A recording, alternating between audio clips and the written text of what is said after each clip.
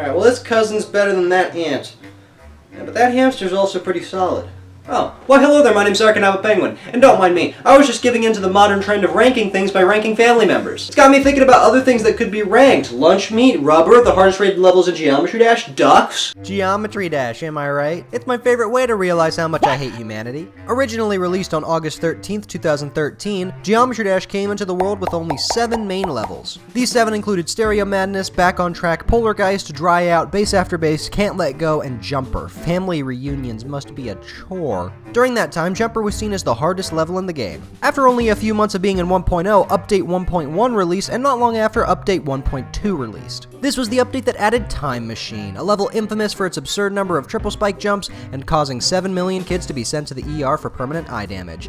I welcomed this. However, that's not the main thing to happen in this update that pertains to the topic of discussion. No. The most significant thing to happen in Update 1.2 was the release of Demon Park by M2 Cole. Although the average U-Draw Pictionary player can breeze through this level in around 100 attempts a day, back then, to have a level of this difficulty legitimately verified was unheard of. In fact, this level was so influential to the game that robtop, the game's developer, created a difficulty above insane. A difficulty that would go on to change the course of Geometry Dash forever. And funnily enough, it's in the name. Ooh, parks! The Demon difficulty, one that every 7-year-old can't get enough of. It's the way that many Geometry Dash players measure their skill, in the same way that many Smash Bros. Players measure their skill in how many matches they've won, how many attempts it took someone to beat Victory Road in Super Mario 3D World, how many copies of Persona you own. I can die now. And in Geometry Dash, that thing is how many demons you've beaten, or even more so, what the hardest level you've beaten is. Now, I'm not your resident Geometry Dash expert at all. My main strength comes from talking about Yoshi. However, the Geometry Dash community has always interested me. It just seems to be very different from other gaming communities. Now, whether or not that's a good thing or a bad thing, well, you got me there. Most other mobile games are just seen as fun little distractions while waiting for a funeral to end. Geometry Dash, however, has stood the test of time, and I find that to be really intriguing. After all, Geometry Dash is a very simple game. You move and jump, that's it. And unless it's platforming, you don't even move yourself, since it's an auto-scroller. So why has Geometry Dash remained as popular as it is? Well, for one, it's the endless possibilities for creativity in the game. However, we aren't here to talk about any of that sappy art stuff. Instead, we're here to talk about how this game has continued to push players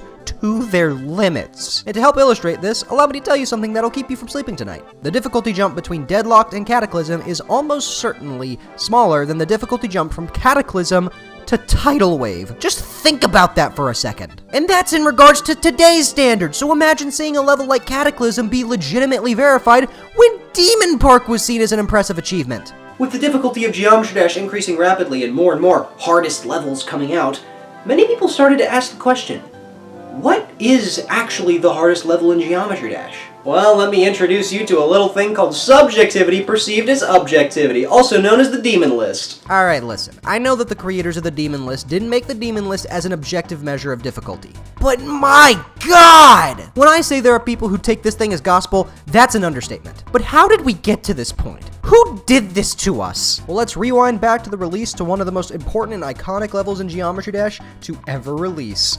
Ice Carbon Diablo X. I bet you didn't expect me to say that. Prior to ICDX's verification, there were many levels that had been deemed the hardest level at the time. Pretty much every level in Sans the Hell series, To the Grave, Deadly Clubstep, and countless more. And while it could be argued that Deadly Clubstep was more influential, I will always consider ICDX to be a more important level in the game's history, mainly because of its use of the ship game mode. At the time, seeing these ship maneuvers must have been enough to cause any 8-year-old to have a stroke. Now?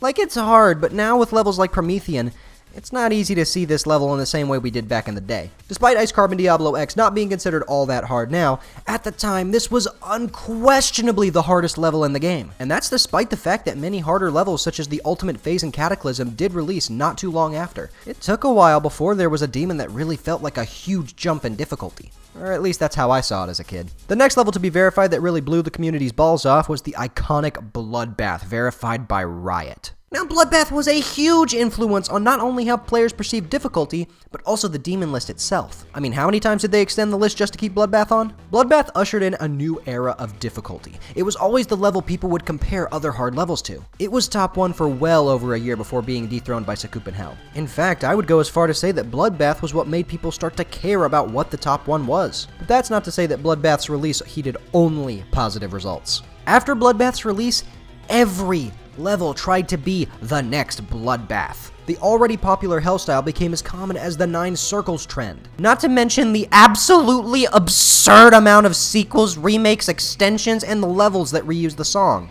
Because of this, I feel like a lot of people today resent Bloodbath. And while I'm not a fan of some of the things that it did to the community, Bloodbath's impact on the Demon List cannot be understated. I would argue that Bloodbath has had a bigger impact on the Demon List than even its remake Bloodlust. So what was the next significant thing to happen to the Demon List after Bloodbath's release? Oh, well, we had a couple of new top 1s, but nothing quite to the cultural caliber of Bloodbath. No, the next thing to happen was war. 3 new supposed top 1s, all within a month of each other. A cutthroat battle of patriotism. Sonic Wave, Yatagarasu, and Erebus, despite having very little in common with each other, has been labeled by the community as the RGB Trilogy. Now you might be thinking, what does this have to do with the Demon List? Well, this was the first time that there wasn't a clear hardest level. And to add, this was one of the first big debates in regards to a certain level's placement on the list. In other words, this was when difficulty started to be treated like fact. If someone believed that Yatagarasu was harder than Sonic Wave and Sonic Wave was placed above Yatagarasu, the Demon List lost credibility in that person's eyes.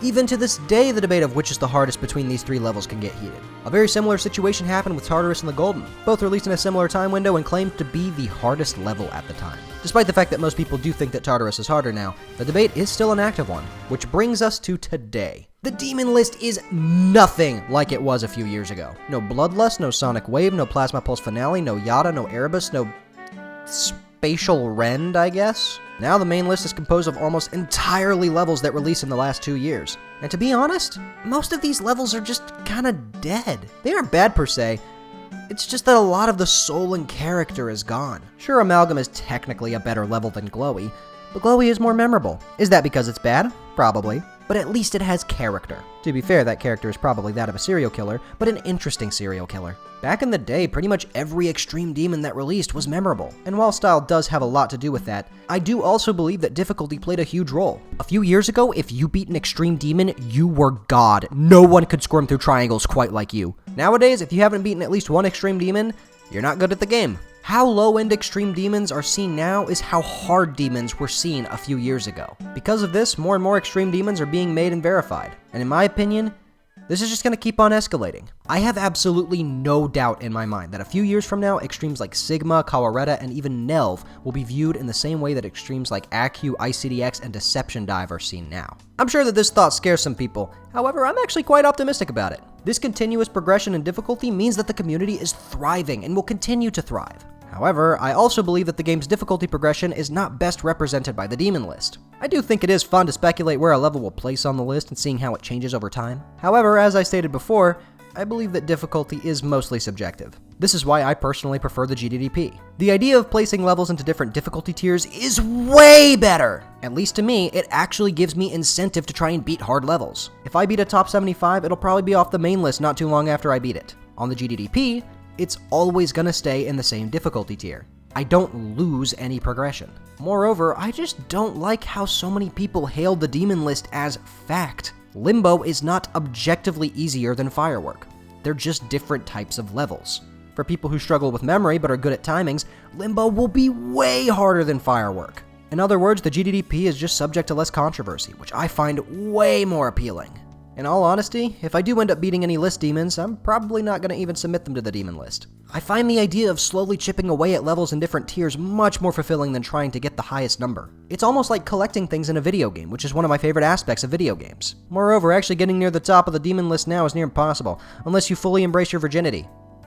On second thought, maybe I can become a top player. The Demon List is not a bad tool for players. In fact, it's a very serviceable way for new players to get an idea of what the hardest levels in the game are. However, I just think for most players, the GDDP is just better. It makes Geometry Dash way less competitive, and there are less rules for players to follow so they can actually create their own fun. If you want to do a speed hacked run of the GDDP, you can do it, and you'll only go to hell. But how good the GDDP is doesn't change the fact that ranking the hardest levels is a pretty fun thing to do. That's why I've decided to put my family ranking on hold, and instead rank Geometry Dash YouTubers based on how likely I think they are to get a girlfriend.